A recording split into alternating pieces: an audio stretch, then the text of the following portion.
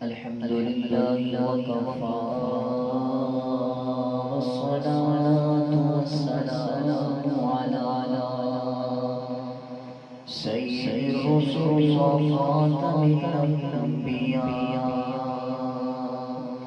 وعلى آله وأصحابه الأتقياء. أما بعد فأعوذ بالله من الشيطان الرجيم. بسم الله الرحمن الرحيم. قل إن صلاتي ونسكي ومحياي ومماتي لله رب العالمين لا شريك له وبذلك أمرت وأنا أول المسلمين. ایک مشرک اور موحد انسان کے تصورات، جذبات، خیالات اور سیرت و کردار میں بہت زیادہ فرق ہوتا ہے. جو اللہ کو پوجتا ہے مشرک مخلوق کے در پر جبین نیاز کا تقدس لٹاتا. موحد کی نظر مسبب الاسباب پر ہوتی ہے جبکہ مشرک کی نگاہ اسباب پر ہوتی ہے. اللہ کو ماننے والا خالق کائنات سے ڈرتا ہے جبکہ شرک کرنے والا کائنات سے ڈرتا ہے. اللہ کو ماننے والا بندہ خدا ہوتا ہے جبکہ شرک کرنے والا بندہ نفس و ہوا ہوتا ہے. اللہ کو ماننے والا نمک حلال ہوتا ہے جبکہ شرک کرنے والا نمک حرام ہوتا ہے. اللہ کو ماننے والا یکجائی ہوتا ہے جبکہ شرک کرنے والا ہرجائی ہوتا ہے. اللہ کو ماننے والا رب کا محبوب ہوتا ہے، شرک کرنے والا رب کا محزون ہوتا ہے. اللہ کو ماننے والا رزق ملائکہ ہوتا ہے جبکہ شرک کرنے والا ننگے انسانیت ہوتا ہے. ارے موحد ابراہیم خلیل اللہ ہوتا ہے جبکہ مشرک مشرک جیسا عزیز اللہ ہوتا ہے. موحد بلال عرشی ہوتا ہے، مشرک ابو جہل ہوتا ہے. موحد کے دل میں ایمان کا نور ہوتا ہے جبکہ مشرک کے دل میں شرک کا فتور ہوتا ہے. موحد کی علاوہ العز کا ظہور ہوتا ہے جبکہ مشرک خصلتوں میں تکبر و غرور ہوتا ہے. سامعین محترم، قرآن اور حدیث سب سے زیادہ جس مضمون کو بیان کیا گیا ہے وہ توحید کا مضمون ہے. سب سے زیادہ جس عقیدے پر زور دیا گیا ہے وہ عقیدہ توحید ہے. اللہ جل شانہ اپنی مقدس کتاب میں اتنی بار مختلف عنوانوں اور طرق سے اس مضمون کو بیان فرمایا. حیرت ہوتی ہے. چنانچہ مجھے آج بھی وہ دن یاد ہے. ایک شخص کی بات آتی ہے، وہ عام کرواری تھا مگر اس نے عجیب بات کی. کہیں لگا مولوی صاحب اللہ سبحانہ قرآن کو اتنی باری توحید مضمون بیان کیا ہے، اگر کوئی اور بیان کرے آئے نا ایسی اس کو دیوانہ یعنی علی سورت میں، علی رکوع میں، علی صفحے میں، علی آیت میں توحید. اب اس شخص کو مقصود اللہ تعالیٰ کی توحید کی تنقیص نہیں تھا. وہ صحیح اللہ کو ماننے والا تھا، مسلمان تھا، مومن تھا، لیکن توحید کی اہمیت بیان کرنے کے لیے اس نے اس انداز بات کی. تو میں نے اس کو جواب دیا حضور ایک حدیث ہے کہ ماں کو اپنے بچوں سے جو محبت ہوتی ہے نا اللہ کو اپنے بندوں کے ساتھ اس سے زیادہ کئی گنا اور ماں کو تم نے کبھی دیکھا وہ کہتا سمجھاتے ہوئے اپنے بچوں کو سمجھا یہ نصیحت کرتی ہے، بار بار کہتی ہے بیٹے جھوٹ نہیں ہو جاتے، لیکن ماں اپنی مادرانہ محبت شفقت کی وجہ سے اپنی نصیحت جاری رکھتی ہے. یعنی کہ بچے نہ سمجھے بلکہ ماں کی ممتا سے بار بار سمجھانے پر مجبور کرتی ہے. وہ نوجوان بیٹے کو صبر کروانا کرتی ہے تو ایک ہی بات سوتری.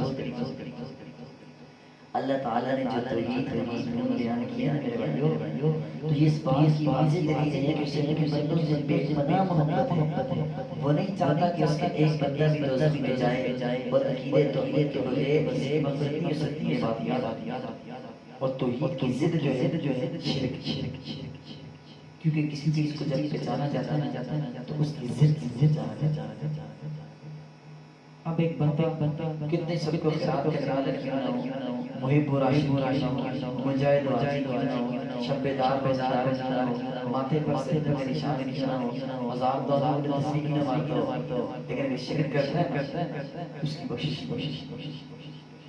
وہ رحیم آقا جب چاہے گا تو چوروں، ڈاکوؤں، شرابیوں، زانیوں، فاسقوں، فاجروں کو دے گا، لیکن شرک کو ہرگز معاف نہیں کرے گا۔ وہ آیت یاد آ گیا، اللہ فرماتے ہیں ان اللہ لا یغفر ان یشرک بہ ویغفر ما دون ذلک لمن یشاء، کہ میرے بندو شرک کو معاف کرو، باقی جو کچھ کرو۔ اس کا مطلب یہ نہیں کرو یعنی باقی سب کو معاف کرو، لیکن شرک کو معاف نہیں کرو۔ سورہ نام یہ غالباً 7ویں پارے ہیں، اس کے اندر اب تعالیٰ نے حضرت ابراہیم، اسحاق، یعقوب، داؤد، سلیمان، ایوب، یوسف، موسیٰ، ہارون، زکریا، یحییٰ، عیسیٰ، الیاس، اسماعیل، ہر بہت سے پیغمبروں کا ذکر فرمایا ہے، اور آخر میں آیت کے ٹکڑے میں فرمایا ہے کہ وَلَوْ أَشْرَكُوا، کہ اگر یہ پیغمبر بھی شرک کرتے لَحَبِطَ عَنْهُم مَا كَانُوا يَعْمَلُونَ، تو ان کے اعمال بھی ضائع ہو جاتے۔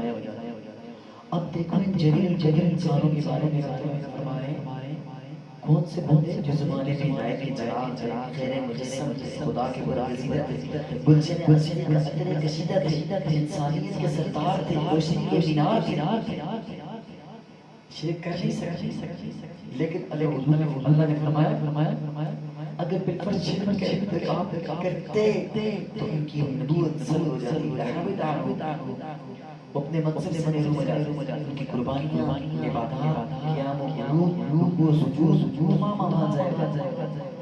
تو اس سے معلوم ہوا شرک ایک ایسی چیز جاری ہے کہ اگر ان نیکیوں کے خرمن کو لے جائے تو اسے جلا کر ہائے ہائے، سالہ سال کی عبادت لحظہ بھر کے شرک سے ضائع ہو جاتی ہے۔ یہ بات تو ہمیں پتہ ہے کہ انبیاء سے شرک صادر نہیں، کیونکہ وہ تو منتخب ہے، مجتبی، چنے ہوئے، وہ تو معصوم، وہ تو آئے والوں کو توحید کی دعوت دیتے ہیں۔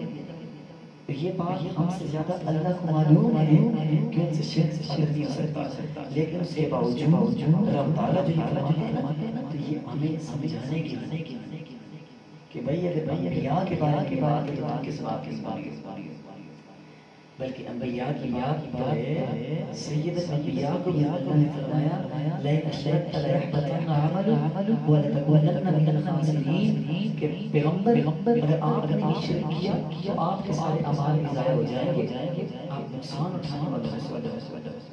اور یہ تو قاعدہ اللہ نے فرمایا دیا ہے کہ إِنَّهُ مَن يُشْرِكْ بِاللَّهِ فَقَدْ حَرَّمَ اللَّهُ عَلَيْهِ الْجَنَّةَ وَمَأْوَاهُ النَّارُ، کہ جو شرک کرے گا تو اللہ جنت کو حرام کر دیں گے، اس کا ٹھکانہ جہنم ہے۔ ہمارے ظالم انصار اور شرک کرنے والے ظالم ہیں اور ظالموں کو کوئی مددگار نہیں، اس لیے کہ جنت یہ پاکوں کا مقام، مشرک نہ پاک ہے، جنت کا مدار نمک حلال کا ٹھکانہ، اور مشرک غلیظ قسم کا باقی نمک حرام۔ جنت تو ایک کے بن جانے والی جگہ ہے جبکہ مشرک کی مر جائے گی۔ آخر میں فرمایا ظالموں کو کوئی مددگار نہیں کیجیے گا، ہمارے ظالمین من انصار، تو ظالم سے مشرک، اس لیے کہ مشرک تو سب سے بڑا ظالم ہے۔ ایسا کیوں فرمایا؟ اس لیے فرمایا کہ شرک کرنے والا اپنے دل کے اندر کی بات نہ سوچتے کہ مجھے اللہ کی گرفت سے فلاں ولی، فلاں کتب، فلاں ابدال، فلاں پیر بابا چھڑا لے گا، دستگیری کرے گا، تو اللہ نے صاف فرما دیا ہمارے ظالمین من انصار، کہ ظالموں کا کوئی مددگار نہیں۔ اے ہے توحید اور شرک، اس کے اندر دو در مشرقین، ایک آگ تو دوسرا پانی، ایک زمین تو دوسرا آسمان، ایک ظلمت تو دوسرا نور، ایک پھول ہے تو دوسرا کانٹا، بلکہ صحیح بات تو یہ ہے کہ آگ اور پانی، پھول اور کانٹا، زمین اور آسمان جمع ہو سکتے ہیں، ان کا آپس میں ملاپ ہو سکتا ہے، لیکن توحید اور شرک کبھی بھی جمع نہیں ہو سکتے۔ یہ دو ایسی ضدیں ہیں جن کا کبھی بھی ملاپ نہیں ہو سکتا۔ جہاں توحید وہاں شرک نہیں، جہاں شرک وہاں توحید نہیں۔ آدھا تیترا بٹے یہ والا خیال نکال دیجیے، آپ شرک بھی کریں، غیر اللہ کے سامنے دامن بھی پھیلائیں، قبروں پر سجدہ بھی کریں، پیروں سے بھی مانگیں، لیکن اس کے باوجود آپ توحید میں بھی خلل نہ آئے۔ آئے ہائے خیال ہستو مہارستو جنونس قربان جائیے الطاف حسین حاجی مرحوم پر، اردو ادب کے مدد کے شاعر وہ فرمایا کرتے تھے، کرے غیر بت کی پوجا تو کافر، جھکے آنکھ پر سجدہ تو کافر، جو ٹھہرائے بیٹا خدا کا تو کافر، کواکب میں مانے کرشمہ تو کافر، مگر مومنوں پر کشادہ آگے پرستش کرے شوق سے جس کی چاہے، مزاروں پر دن رات نظریں چڑھائے، شہیدوں سے جاگا کہ منگے دعائیں مانگتے نا۔ نبی کو جو چاہے خدا کر دکھائے، اماموں کا رتبہ نبی سے بڑھائے، نہ توحید میں خوش خلل سے آئے، نہ اسلام بگڑے نہ ایمان جائے۔ اے ہے انبیاء کی دعوت کیا تھی؟ توحید کی اسی اہمیت کی وجہ سے ہر نبی کی پہلی دعوت بنیادی پکار توحید۔ چنانچہ نوح علیہ السلام پہلے پیغمبر ہیں جنہوں کو شرکوں کا سامنا کرنا پڑا، ورنہ اس سے پہلے دنیا میں اور گناہ تھے، شرک نہیں۔ نوح علیہ السلام کے بارے میں آتا ہے وَلَقَدْ أَرْسَلْنَا نُوحًا إِلَىٰ قَوْمِهِ إِنَّكُمْ نَذِيرٌ مُبِينٌ لَا تَعْبُدُونَ إِلَّا اللَّهَ۔ 950 سال اللہ کے پیغمبر نے محنت کی، کسی آدمی مسلمان ہوئے، لیکن مشرکوں پر کوئی اثر نہ ہوا، کیونکہ شرک سے سوچ سمجھ کی صلاحیت ختم ہو جاتی ہے۔ انسان ایوانیت کی سطح پر آ جاتا ہے، بلکہ اس سے بھی آگے فرمایا اولئک کالانعام بل هم اضل۔ اور یہی وجہ ہے قرآن کریم کے اندر حضرت ہود حضرت صالح کا تذکرہ آتا ہے کہ یا قوم اعبدوا اللہ ما لکم من الہ غیرہ، ان دونوں پیغمبروں نے کہا ہے قوم اللہ کو مانو، تمہارا اس کے ساتھ کوئی شریک نہیں۔ موسیٰ علیہ السلام نے فرعون کو دعوت دے کر فرمایا لئن اتخذت الہا غیری لأجعلنک من المسجونین، اگر تو نے میرے علاوہ کوئی اور معبود بنایا تو میں تجھ کو قید میں ڈال دوں۔ ابراہیم علیہ السلام نے توحید سے رب بلایا تو ان کے والد نے کیا کہا لئن لم تنتہی لأرجمنک وہجرنی ملیہ، اگر تو باز نہ آیا نا تو تجھ کو سنسار کروں گا اور مجھ سے دور ہو جائے گا۔ انہوں علیہ السلام نے شام کی تردید کی تو دھمکی کے تو کیا لگی لئن لم تنتہی یا نوح لتکونن من المرجومین، اے نوح اگر تو یہ دعوت نہ چھوڑے نا تو سنسار کروں۔ صالح علیہ السلام سے پتہ کیا تھا انما انت من المسحرین، آپ تو جادوگر ہیں۔ اور لوط علیہ السلام سے کہا گیا لئن لم تنتہی یا لوط لتکونن من المخرجین، تو باز نہ ہے تجھے نکال دے گا۔ آئے ہے جب بات سید الانبیاء ملائکہ کی آئی جنہوں نے شرک کی تو کسی نے کہا انہو شاعر مجنون، یہ تو ساحر ہے، شاعر ہے، مجنون ہے۔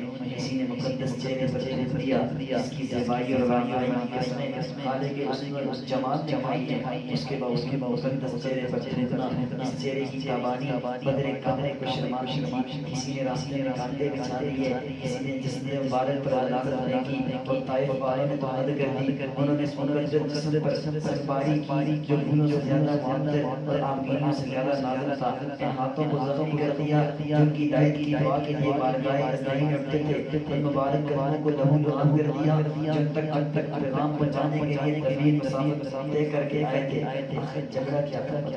وہ نبی علیہ السلام کو کیوں ستا؟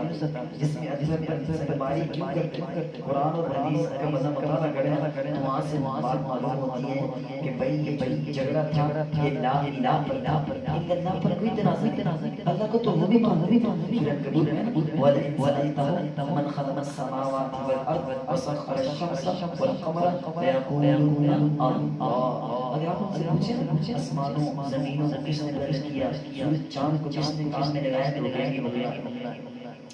تو اللہ کو مانتے تھے، اللہ کے وجود کا اقرار کرتے تھے، یہ بھی اعتراف کرتے تھے کہ پیدا کرنے والا وہی ہے، رزق دینے والا وہی ہے، زندگی دینے والا وہی ہے، زندگی دے کر دوبارہ لٹانے والا بھی وہی ہے۔ پر سارا جگہ پہلے لا الہ، اب انہیں اسلام کو چھوڑتے ممکن تھا کہ وہ بھی اسلام سے پاس کر لیتے، لیکن اہل مکہ چونکہ صاحب زبان تھے، خوب جانتے تھے کہ لا الہ الا ان کے کن تصورات پر پڑتی ہے۔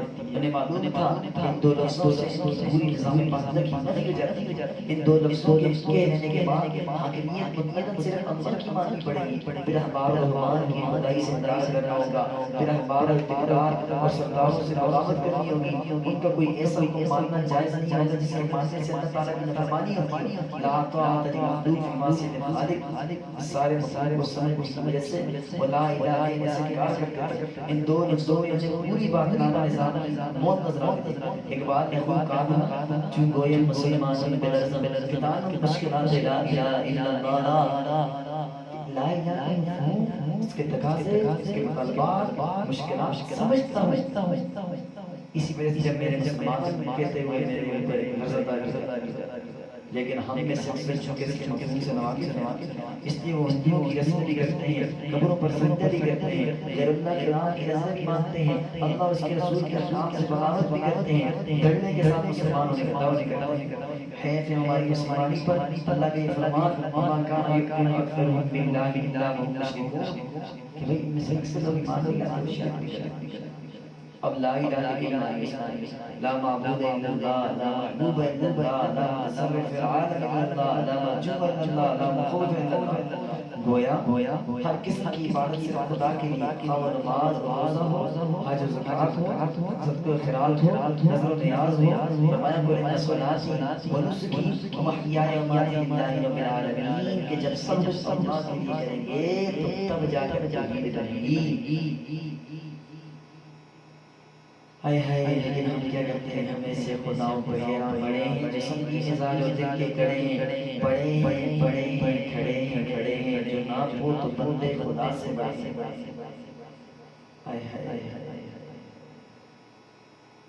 جی تو بات میں کہہ رہا تھا توحید ایک ایسی چیز ہے، ہائے ہائے وَإِلَٰهُكُمْ إِلَٰهٌ وَاحِدٌ لَا إِلَٰهَ إِلَّا هُوَ الرَّحْمَٰنُ الرَّحِيمُ وَمَن يَدْعُ مَعَ اللَّهِ إِلَٰهًا آخَرَ لَا بُرْهَانَ لَهُ بِهِ فَإِنَّمَا حِسَابُهُ عِندَ رَبِّهِ إِنَّهُ لَا يُفْلِحُ الْكَافِرُونَ فَإِن تَوَلَّوْا فَقُلْ حَسْبِيَ اللَّهُ لَا إِلَٰهَ إِلَّا هُوَ عَلَيْهِ تَوَكَّلْتُ وَهُوَ رَبُّ الْعَرْشِ الْعَظِيمِ۔ یہ ساری آیات توحید کو بیان کرتی ہیں، خدا کے پہلے میں وقت میں سوا کیا ہے، مجھے لینا ہے جو کچھ میں لوں گا محمد سے، بگر تاب برائے فتار کشتی مدد کن یا معین دین چشتی، امداد کن از بند غم آزاد کن در دین و دنیا شاد کن یا شیخ عبدالقادر یا شیخ عبدالقادر جیلانی۔ آپ نشار کا حال ہے، اور اگر آپ کہانیاں من گڑھ افسانے واقعات سنیں تو یہ بزرگوں کی طرف منسوب کرتے ہیں تو آپ ایران اور انگشت بدلدار جائیں گے کہ یا اللہ یہ کس قسم کے موحد ہیں، واحد ہیں، انہیں ہم زیادہ سے زیادہ موحدوں کا کوئی بڑا بگڑا ہوا کنڈیشن